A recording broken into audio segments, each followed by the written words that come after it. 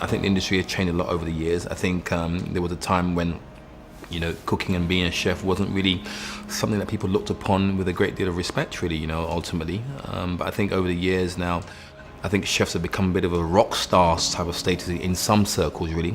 So I think it's certainly become a lot more enjoyable to be able to cook. And ultimately, I think we do know there's obviously a bit of a shortage of chefs, you know, in the industry as well, because there's so many restaurants, you know, opening up, you know, pretty much every other week. And we, you know, as chefs in general, have to find a way to encourage, you know, the youngsters to come into the industry, just tell them it's a great industry to be in. So hence why I try to do a lot of work, you know, with, you know, colleges, and, you know, I want to get involved in some teaching at some stage as well, really, to sort of pass on some experiences to let people know it's a wonderful industry, and, you know, it's something that you can do very well in. So there's been a lot of change, some for the good, some for the bad, but ultimately I think hopefully it will even itself out, and people realise it's a great thing to do.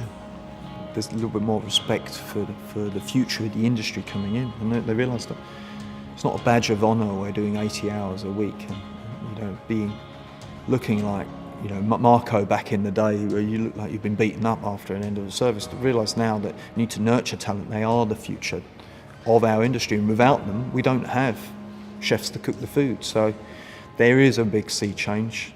We look at Sat Baines, for example, that's only opening his restaurant 4 days a week, and at a cost to the restaurant, but he can maintain that same brigade.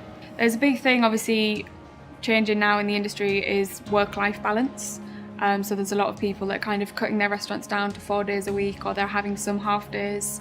I think with the rise of a lot of female head chefs, so Chantel Nicholson and Monica Galetti and things like that, they're a big inspiration for other females who then see them and think, actually I can do this. So there's a lot more doors open than there used to be.